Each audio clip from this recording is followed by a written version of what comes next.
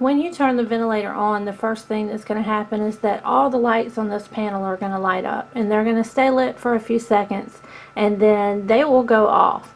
The previous settings, the last settings that were used on the ventilator, will remain lit, and then you can start changing these settings. Now, we, Effingham, are not going to use quick start modes or custom modes at this time, so don't ever try to start using this or the custom modes unless we announce otherwise.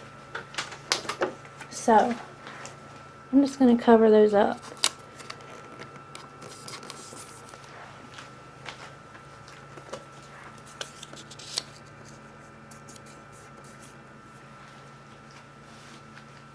The first parameter that you will want to set is the mode. So turn it on, everything lights up.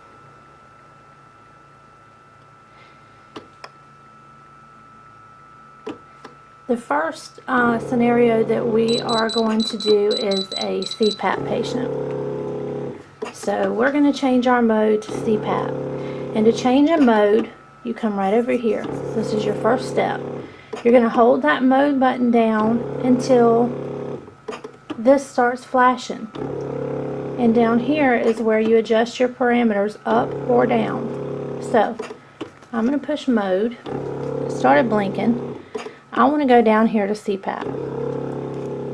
If you wait too long, it stops blinking. Alright, now it's blinking on CPAP. I'm locking that in.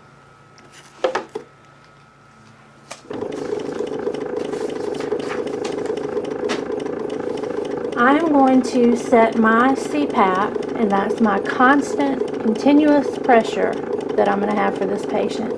And I'm going to say that the hospital told me to set my CPAP at 15.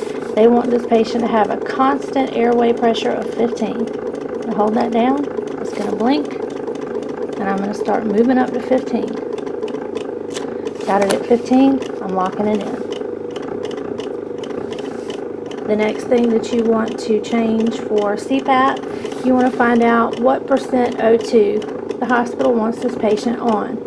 So what FiO2 do I want? I'm going to say they told me 60. I'm going to press that, it's going to flash, and I'm going to start moving to 60. And it only moves one at a time, so it may take a minute. I'm at 60, I'm locking that in. Now, only the parameters that are changeable in that mode will light up. So you'll see in CPAP mode, you can't change the tidal volume, you can't change the I time, the breaths per minute, you can't change the PIP. Only things you can change are your constant pressure, your FiO2, pressure support if you want it, we'll get to that in a minute, and your high and low pressure alarms. I like where the alarms are now. Let's say they told us to have it on 40 for high and 5 for low. If you wanted to change that, say make the high 5. Hold it down. Change it to 50. Lock that in.